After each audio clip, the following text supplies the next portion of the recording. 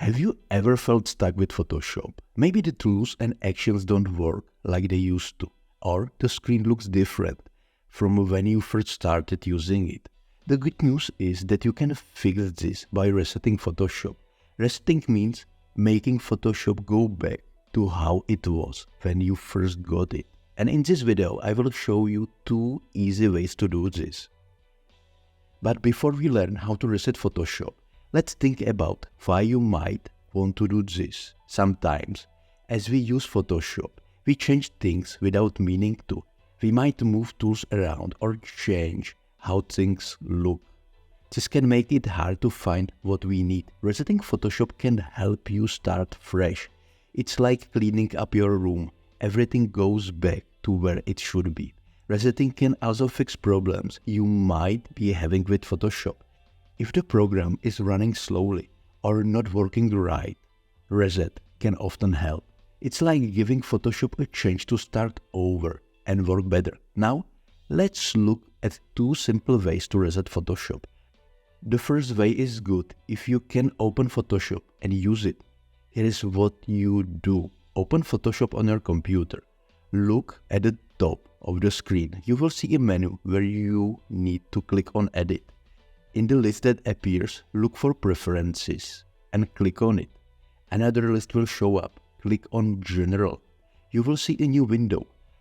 Look for a box that says Reset Preferences on Quit. If you click on this box, your Photoshop settings will be reset to default and the editor will close. The second way to reset is even quicker.